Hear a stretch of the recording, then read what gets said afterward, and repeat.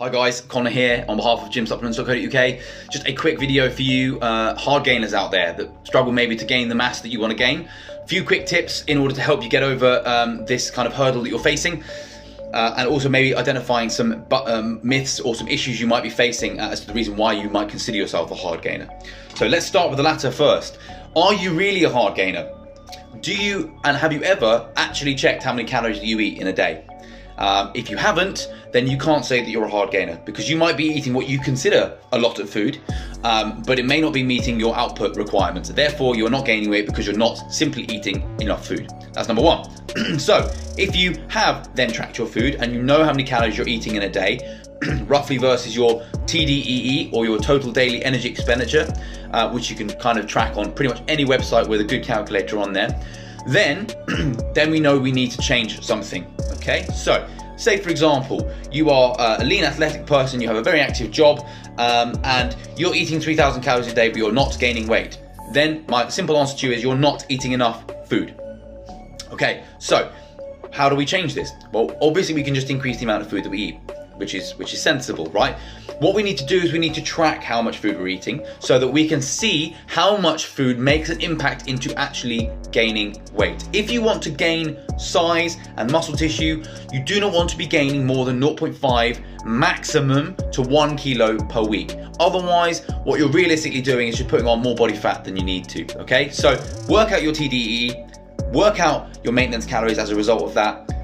Eat those for 7 days. If your weight maintains, then you know you're in a good spot. If you want to then start gaining weight, add 250 calories to that total to start gaining weight. Look at the scales. If that still doesn't increase your weight, increase it by another 100 calories for the full, every day, and then see if your weight starts to come up. When it does, keep those calories the same until your weight plateaus, then you can increase the calories again. Important as well as a hard gainer to make sure your training is intense and good quality, but not focusing on ridiculously high intensity exercise. It's about the quality of the movements, the weight and your strength improving, not doing loads of supersets, loads of triple sets, loads of cardio.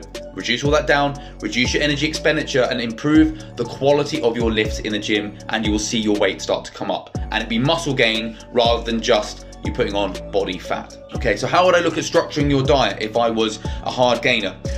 Well, first of all, you probably want to get the majority of your calories from carbohydrates. That might sound strange, but you want maybe 50 to 60% of your total calorie intake coming from carbohydrates.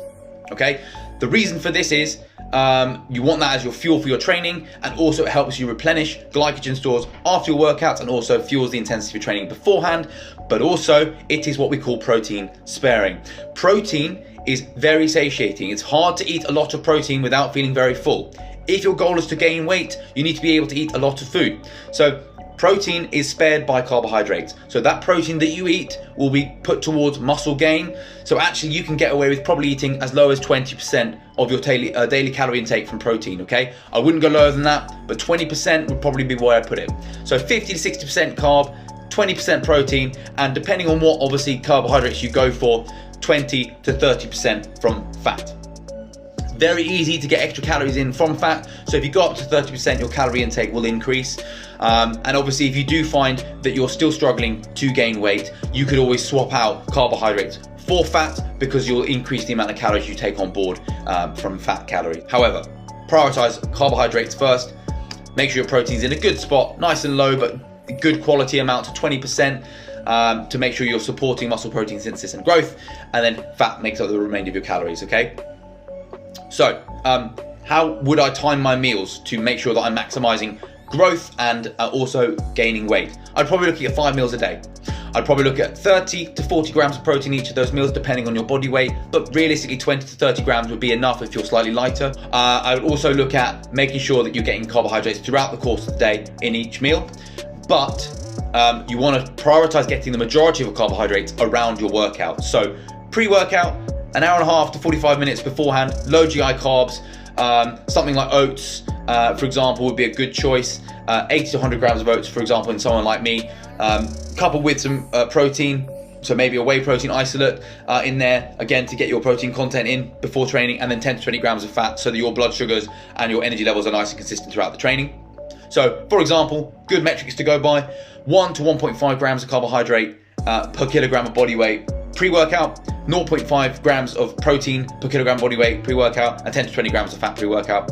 Intra-workout, if you are training intensely and you want to obviously keep that level of training up, you may want to invest in some highly branched cyclic dextrin or dextrose, 15 to 30 grams intra-workout plus 15 grams of EAAs, essential amino acids, to help support muscle growth in the workout and breakdown, support that recovery. Post-workout, I would go very similar, 1 to 1.5 grams of carbohydrates per kilogram body weight, but I'd go for a higher GI carb. So something like, I know it sounds odd, but Cocoa Pops, Nesquik, low sugar, high carbohydrate cereals, you're looking at something that's less than 3 grams per 100 gram fat, but mainly carbohydrates, 0.5 grams of protein per kilogram body weight, protein, and 10 to 20 grams of fat, again, post-workout.